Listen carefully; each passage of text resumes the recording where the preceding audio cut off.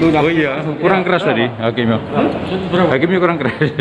Gimana Pak? Kan tadi kan sudah, saya kira sudah kan tadi. Dituntut berapa Pak? Tadi adalah dituntut 10 tahun. Ya terus? Pasalnya? Ya pasal 82 Undang-Undang Perlindungan Anak 23 2002. Ya, tanggapannya gimana Pak terkait tuntutan itu Pak 10 tahun? Saya kira itulah hak daripada jaksa penuntut umum. Saya kira kan sama-sama punya hak. Itu hak mereka menuntut 15 tahun atau kebiri dan semacamnya, itu adalah hak.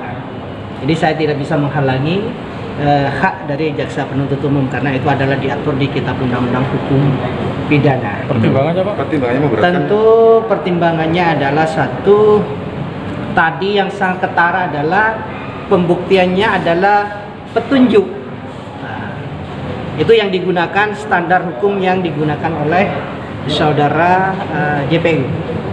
Jadi kenapa ada petunjuk? Karena peristiwa yang didakwakan itu adalah tidak cukup pembuktian hukumnya. Saya sekali ini tidak cukup pembuktiannya secara fakta hukum, secara hukum material gitu.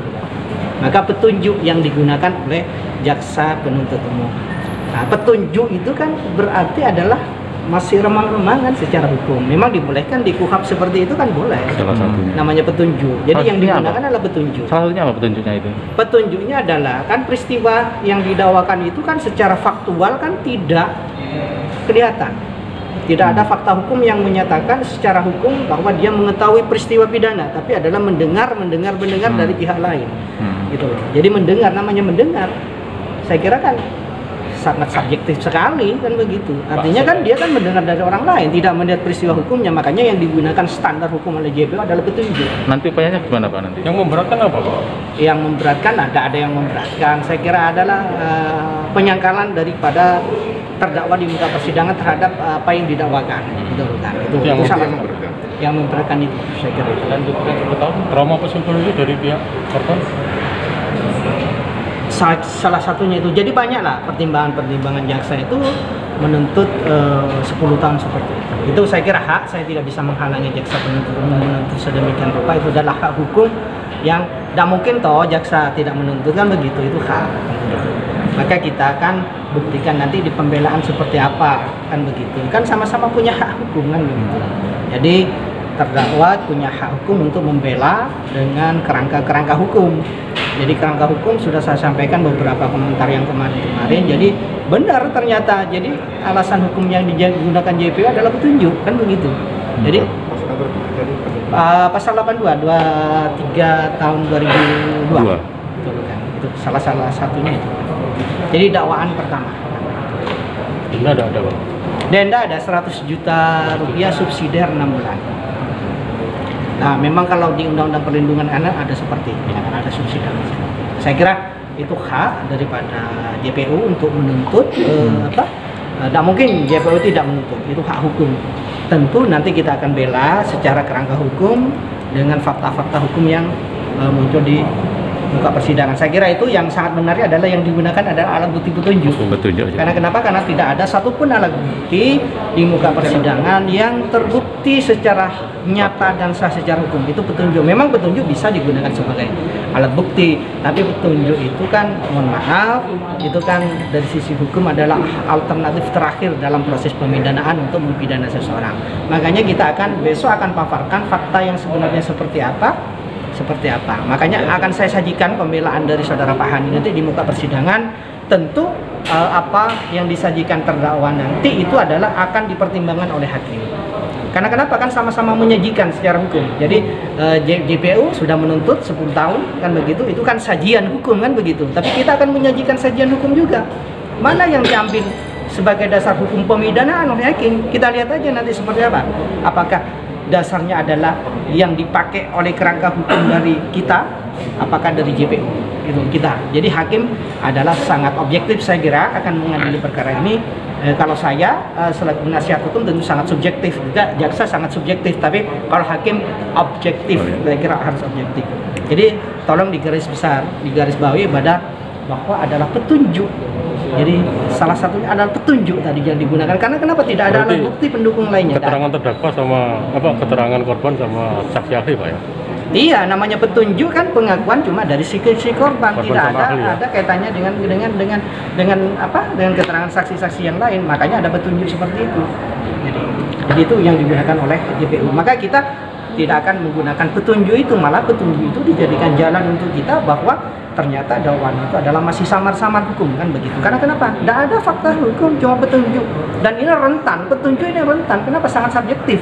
Kan begitu, tidak bisa menilai. Sebagaimana disampaikan oleh saksi ahli Pak Dr. Salihuddin, orang berdua masuk hotel, apakah itu lalu berzina? Tidak mungkin.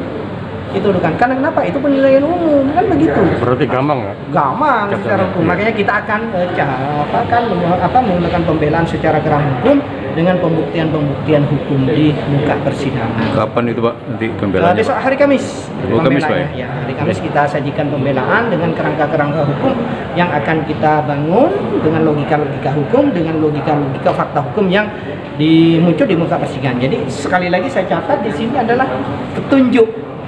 Tidak ada bukti secara material nyata, tidak ada. Itu petunjuk. Saya gampang ya? Jangan dipersepsikan begitu. Akrab apa damai? Ikuti persidangan, tapi saya jangan dipersepsikan begitu. Ya, tak elok lah. Apa ya? Selaku komunitas. Selaku manusia. Jadi saya kira teman-teman wartawan kan sudah tahu kan. Jadi saya kira cukup menurut saya. Jadi jangan salah dipersepsikan dengan apa ini juru bicara si korban. Nanti kita ada putus saya kira. Ya, saya kira itu ya. Oke ya. Saya kira. Ada di. Ya, Bu Eden sekarang minta komentarnya setelah ada tuntutan 10 tahun, Bu. Gantian. Loh, terus ngono. Tanggapannya kepada dengan 10 tahun. Tanggapan 10 tahun. Ya, pertama puji Tuhan ya bahwa sesungguhnya ini kan hampir selesai. Tapi dari apa yang saya lihat dan saya dengar, ya ini kan sebagai bukti bahwa hukum kita ini berlaku untuk semua warga negara ya, tidak terlepas dari dia itu tokoh agama atau siapapun. Ketika dia melakukan pelanggaran hukum itu ada sanksinya. Dan di sini sangat jelas bahwa memang dari kasus-kasus yang bergulir selama ini terkait masalah pelecehan atau kekerasan seksual pada anak di umur yang dilakukan oleh tokoh-tokoh agama, ya kita cukup miris juga. Tapi di sini kita melihat bahwa aparat penegak hukum bertindak sangat tegas, tidak memandang dia siapa pelakunya. Ya, saya mewakili keluarga berharap bahwa hakim akan bijaksana menentukan, ya, memutuskan. Yang jelas bahwa ini adalah merupakan perjuangan anak-anak Indonesia dalam menegakkan hukum. Ya. Artinya tidak maksimal. Jumlahnya 15 tahun. Ya, karena memakai undang-undang perlindungan anak yang lama ya, maksimal kan 12 tahun. Ternyata dituntutnya 10 tahun. Tapi saya rasa ini adalah ya kerjanya jaksa ya, pandangannya jaksa. Kami dan pihak keluarga ya sangat menghargai. Intinya setiap tahapan proses perjalanan penegakan hukum, kami keluarga berharap yang terbaik. Dan nanti ya kita serahkan saja bagaimana hakim memutuskan. Toh juga dari pihak terdakwa kan juga punya hak untuk melakukan pembelaan. Nanti kita tinggal melihat bagaimana kondisi hakim. Saya nggak punya korban ini ya, sesuai. Sejauh ini saya melihat gimana ya 10 tahun ya tidak bisalah untuk menggantikan traumanya si korban, karena terus terang saja walaupun dia sudah menikah sekarang, proses pernikahan itu saya melihat bahwa upaya dari suaminya untuk melakukan terapi juga untuk istrinya ini ya, untuk si korban, karena sampai saat ini yang saya dengar dia masih mengalami kesulitan tidur kalau malam hari, jadi seperti kayak tidak tenang gitu ya. Dan dari penuturan psikolog ini merupakan trauma yang dipendam mendalam ya, sudah sekian lama terus dikeluar lagi dan tanpa dia bisa kontrol gitu kan. Jadi masih terbayang wajahnya pelaku ketika ya dalam segala hal. Saya rasa wajar lah gitu ya, karena kan peristiwa ini kan dilakukan 6 tahun.